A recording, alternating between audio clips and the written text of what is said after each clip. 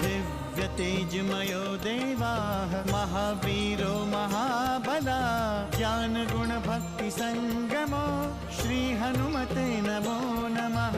जय हनुमान संकट मोचन जय हनुमान। जय हनुमान संकट मोचन जय हनुमान। केसरी नंदन तिहु जगवंदन अंजनी सुत बलधारी। केसरी नंदन तिहु जगवंदन अंजनी सुत बलधारी। संकट मोचन नाम तुम्हारा संकट मोचन नाम तुम्हारा हर संकट पे भारी। जय हनुमान संकट मोचन जय हनुमान। जय हनुमान संकट मोचन जय हनुमान। संकट उसके निकट न आवे ले जो शरण तुम्हारी। संकट उसके निकट न आवे ले जो शरण तुम्हारी। संकट मोचन नाम तुम्हारा संकट मोचन नाम तुम्हारा हर संकट पे भारी। जय हनुमान संकट मोचन जय हनुमान। जय हनुमान संकट मोचन जय हनुमान। अब मैं पूरी तरह अस्वस्थ हो गया हूँ। चाहे जो भी हो ऋषराज, मेरा लक्ष्य अटल है। मैं सुग्रीव का अंत किए बिना चैन से नहीं बैठूंगा। बाली तो अपना निर्णय ले चुका है स्वामी। उसके भविष्य का निर्णय श्री राम और हनुमान ही सुनिश्चित करेंगे। आप तो भगवान हैं। आपके मार्गदर्शन से मैं भी कुछ कर सकता हूँ। सुग्रीव का कोई कुछ भी अहित नहीं कर सकता। हम सब भी यही चाहते हैं प्रभु।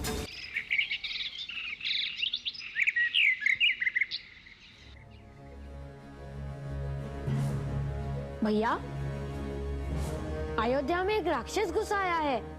हाँ भैया।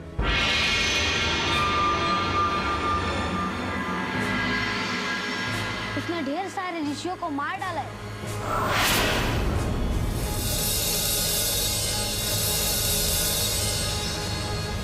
क्या कहा? अयोध्या में राक्षस? आप सब चिंता ना करें, मैं अभी उन सबको ठिकाने लगा के आता हूँ। नहीं हनुमान, तुम अकेले कदापि नहीं जाओगे। चलो, मैं तुम्हारे साथ चलता हूँ। भैया, मैं भी आपके साथ चलता हूँ। जरा मैं भी तो देखूं ये राक्षस होते कैसे हैं। अरे नहीं, आप चल यहीं ठहरिए, मैं अकेला ही देख कर आता हूँ। नहीं हनुमान, तुमने पूरी अयोध्या देखी भी नहीं। राक्षस पता नहीं कहाँ छिपा होगा। उसे कहाँ ढूंढोगे? वैसे भी सुना है कि राक्षस लोग घात लगाए छिपे रहते हैं। पर भैया, मुझे तो अयोध्या के बारे में सब पता है। मैं तो हनुमान को अयोध्या का पूरा भूगोल बता सकता हूँ। इसलिए मुझे अपने साथ चलने दीजिए। ठीक है, तुम भी हमारे साथ चलो। भरत और शत्रुघ्न, तुम दोनों माते के पास जाओ। पर आपको भय नहीं लगेगा हनुमान? कैसा भय? राक्षसों से मिलकर मुझे हर्ष होता है। चलिए। ठहरो।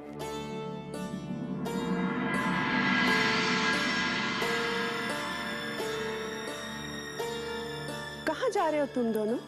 माते, आपको पता है अयोध्या में एक राक्षस घुस आया है। उसने कई लोगों को मार डाला है। क्या अयोध्या में राक्षस घुस आया है? किसने बताया तुम्हें? माता, यह सच है। दरबार में यह सूचना आई है। हाँ माते, कई घायल लोग आए थे। वो सभी बहुत दुखी थे माते। ओह, पर तुम सभी कहाँ जा रहे हो? उस राक्षस से मिलने जा रहे हैं। यदि उस राक्षस से मिलेंगे नहीं तो उसके आतंक का अंत कैसे होगा? तुम्हें पता है राक्षस कौन होते हैं? हाँ माते, पता है।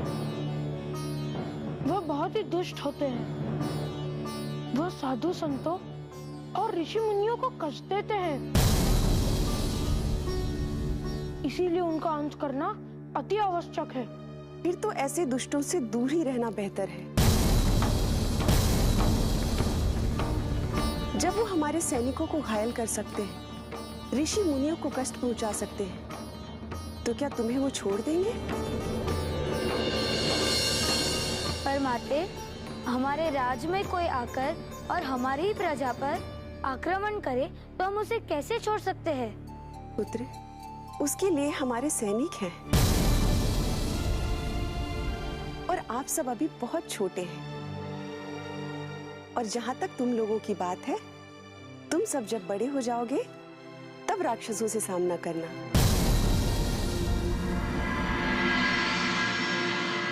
परंतु मैंने बहुत सारे राक्षसों को पाठ पढ़ाया है। मेरी इस गदा में बहुत शक्ति है। देखिए कितना भारी है। अरे ये तो सचमुच बहुत भारी है। कैसे लेते हो इसे तुम अपने कंधे पर? परंतु मुझे तो यह कदापि भारी नहीं लगता है। माते, आप बिल्कुल निश्चिंत रहे। हनुमान बहुत बली है।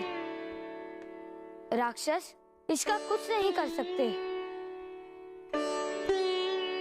ये राक्षसों का अंत करके ही आएगा। संकट मोचन जय हनुमान। इन्हें यथार्थ का अनुभव होना चाहिए, लेकिन अयोध्या की रक्षा का दायित्व इन पर ही आने वाला है।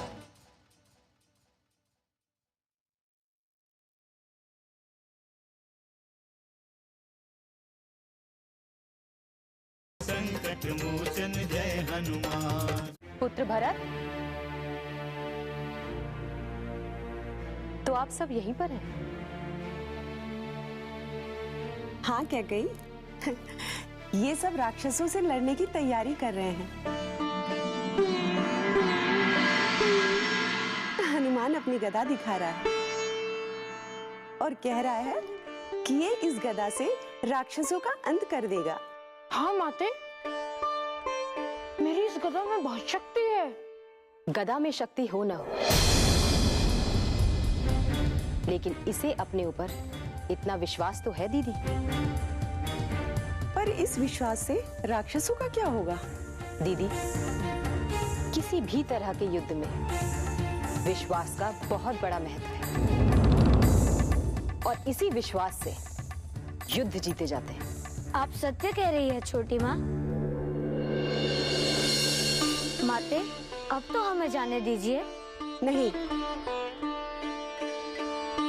मैंने कहा ना, तुम्हारे पिताश्री क्रोधित हो जाएंगे। और अयोध्या में काफी सैनिक हैं जो राक्षसों से सामना कर सकते हैं। अगर ये जाना ही चाहते हैं दीदी, तो इन्हें जाने दीजिए ना दीदी। बालक है, अगर इनका मन है तो जाने दीजिए। क्या कही? तुम भी इन बच्चों के साथ मिलकर बच्ची बन गई हो। इनकी अभी आयु ही क्या है? ये भला क्या करेंगे? कहाँ जाएंगे? दीदी, अगर आप नहीं चाहती तो ये कहीं नहीं जाए।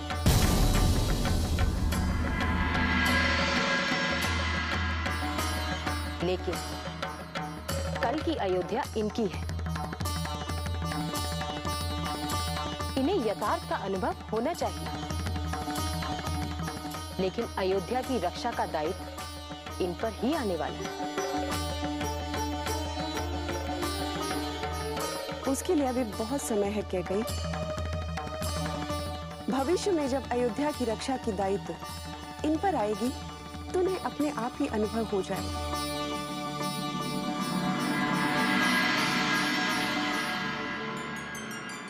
कई बालकों को संकट में क्यों डालना चाहती हैं स्वामी? क्या वो राक्षसों की प्रकृति नहीं जानती? क्या वो नहीं जानती कि राक्षस संपूर्ण मानव जाति और ऋषियों महर्षियों को अपना शत्रु मानते हैं? वह सब कुछ जानती हैं देवी, इसलिए तो श्री राम और हनुमान को उनका सामना करने के लिए भेजना चाहती हैं। ये कैसे हो सकता है स्वामी? ये बालक उनका क्या कर सकते हैं? देवी, क्या आपको हनुमान की शक्ति पर विश्वास नहीं है? मुझे हनुमान की शक्ति पर पूरा विश्वास है स्वामी, पर राम और लक्ष्मण भी उनके साथ जाना चाहते हैं। यदि उन्हें कुछ हो गया तो देवताओं की योजना का क्या होगा? देवी, कदाचित आप यह भूल जाती हैं कि श्री राम साक्षात श्री हरि के अवतार हैं, और वो कुछ प्रकट करें या ना करें, उन्हें सब कुछ ज्ञात है देवी, उनसे कुछ भी छुपा नहीं है। लेकिन अयोध्या पर राक्षसों का संकट नहीं है स्वामी। यदि भूले भटके कोई राक्षस आ भी गया तो उसके लिए राज सैनिक वहां है। देवी, इस राक्षस का आना अनायास नहीं है। पुनः आप जानती हैं देवी कि सिद्ध आश्रम पर विजय पाने के पश्चात राक्षसों का लक्ष्य अयोध्या ही है। यदि इन्हें रोका नहीं गया तो संपूर्ण आर्यावर्त पर राक्षसों का ही अधिकार होगा। तो क्या इसकी चिंता अयोध्यापति दशरथ को नहीं है? वो तो चक्रवर्ती सम्राट है। देवी, दशरथ पुत्र मोह से ग्रसित है। वह तो उन्हें महल से भी बाहर नहीं निकलने देना चाहते। किंतु सत्य यह है देवी कि श्री हरि के अवतार श्री राम के हाथों ही उन राक्षसों का अंत होगा। कई अप्रत्यक्ष रूप से यह सब जानती है। राम भले ही बालक है, किंतु उनकी शक्ति पर उन्हें कोई संदेह नहीं है। संभवतः वो सब कुछ जानते हैं, पर वो अयोध्यापति दशरथ को कैसे समझा सकते हैं? किंतु वह प्रयास तो कर सकते हैं देवी। संकट मोचन जय हनुमान। तुम अनावश्यक रूप से अपने आप को भयभीत ना करो।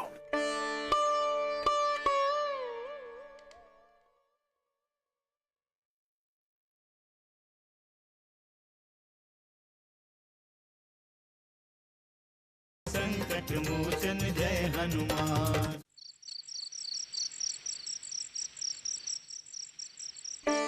महाराज, हम कब तक कुमारों को महल में छुपा के रखेंगे? कब तक उन्हें यथार्थ से दूर रखेंगे? क्या कही? अयोध्या की सुरक्षा के लिए हम अपने पुत्रों को संकट में कदापि नहीं डाल सकते। क्या अयोध्या के पास सैन्य दल का अभाव है? लेकिन आप क्यों नहीं समझते स्वामी कि भविष्य में अयोध्या उनकी ही है और उन्हें ही इसकी रक्षा करनी है। भविष्य की बातें भविष्य के गर्भ में हैं। जब भविष्य में कुमारों पर अयोध्या के शासन का भार आएगा तब देखेंगे। लेकिन क्या उचित नहीं है स्वामी कि हम उन परिस्थितियों से लड़ने की तैयारी आज से ही कर लें? मैंने कहा ना कह कही। क्या अयोध्या की सैन्य शक्ति समाप्त हो गई है? संपूर्ण संसार में अपनी शक्ति और संप्रभुता के लिए विख्यात अयोध्या क्या इतनी निर्बल है कि उसे अपनी सुरक्षा के लिए कुमारों पर निर्भर होना पड़ेगा? क्या अयोध्या पर इतना बड़ा संकट आ गया है? नारायण नारायण। प्रभु, अयोध्या में संकट का वातावरण है। देवर्षि नारद, आप किस संकट की बात कर रहे हैं? असुरों और राक्षसों की दृष्टि अयोध्या की सीमा पर है और अयोध्यापति नरेश दशरथ एकदम निश्चिंत हैं। देवर्षि नारद, महाराज दशरथ अयोध्या नरेश हैं और अपनी सैन्य सुरक्षा बल से आश्वस्त हैं। फिर भी उन्हीं के प्रजा पर असुरों का आतंक। देवर्षि नारद, असुर अपना साम्राज्य विस्तार करना चाहते हैं और उनकी दृष्टि अयोध्या पर है। तो फिर क्या होगा प्रभु? क्या इस तथ्य को अयोध्यापति महाराज दशरथ नहीं जानते हैं? और यदि जानते हैं तो श्री राम, लक्ष्मण और हनुमान को असुरों को भगाने के लिए क्यों नहीं भेज रहे हैं? सत्य तो यह है देवर्षि नारद कि इस तथ्य को महाराज दशरथ से अधिक कैकेयी जानती है,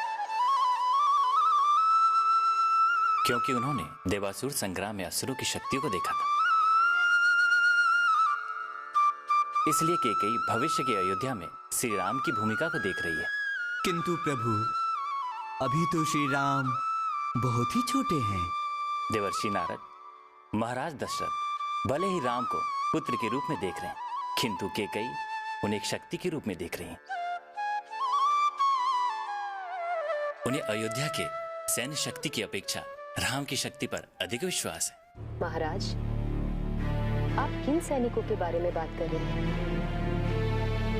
कहाँ गए थे आपके सैनिक जब सिद्धाश्रम के ऋषियों को जीते जी अग्नि में झोंका गया था? कहाँ थी आपकी सेना जब अयोध्या की प्रजा पर राक्षस टूट पड़े थे और उनको अपना शिकार बनाया गया था? क्या कही? अतीत की बातें मत करो।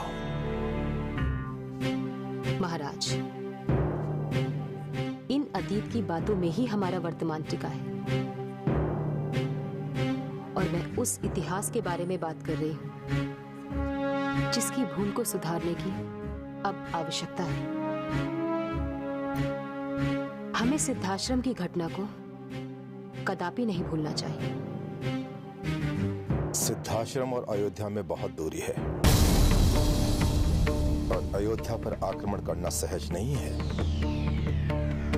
तुम अनावश्यक रूप से अपने आप को भयभीत ना करो। हम अपने दायित्वों को भली बात जानते हैं। नहीं महाराज, आप अपने दायित्वों से दूर हो रहे हैं और ये मत भूलिए कि सिद्धाश्रम भी अयोध्या का ही एक अंग है और विश्वामित्र जैसे ऋषियों ने सिद्धाश्रम की स्थापना अयोध्या के भरोसे ही की है। संकट मोचन जय हनुमान।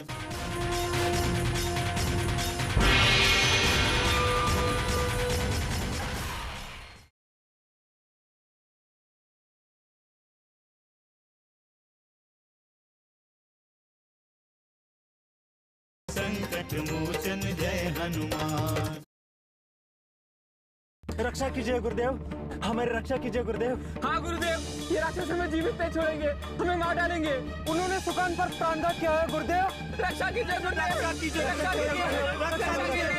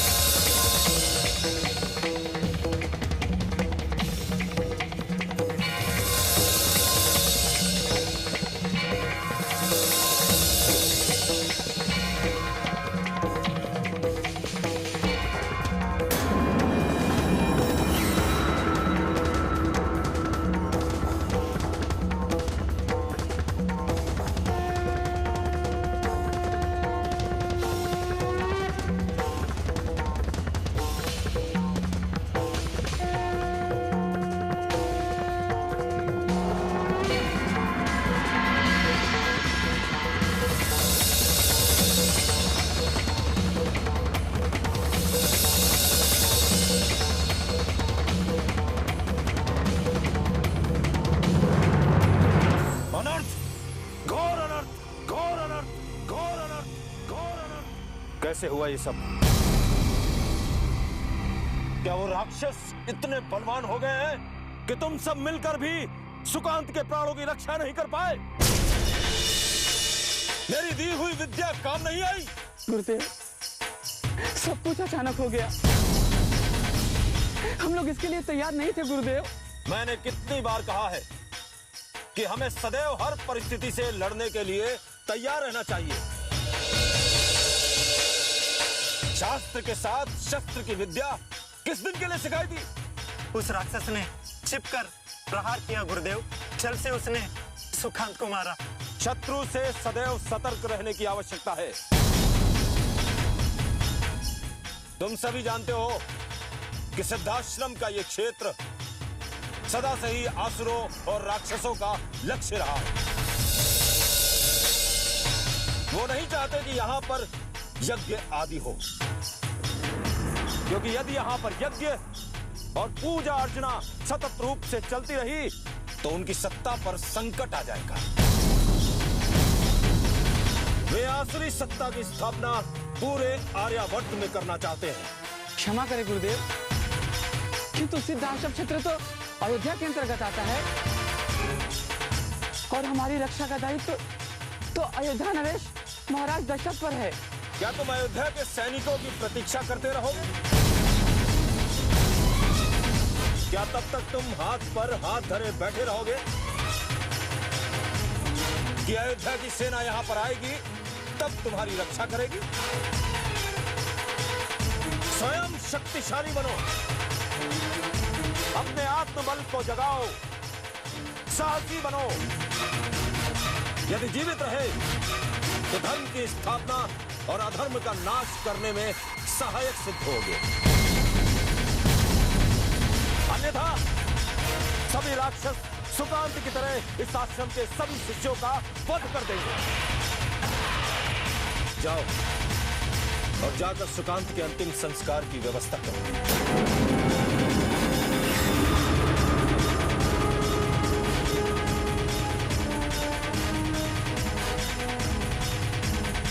किंतु सावधान, वो राक्षस किसी भी क्षण हम पर आक्रमण कर सकते हैं।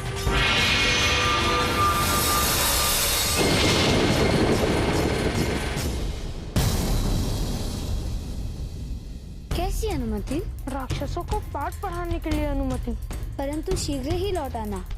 हनुमान जय हनुमान, असुर निकंदन जय हनुमान।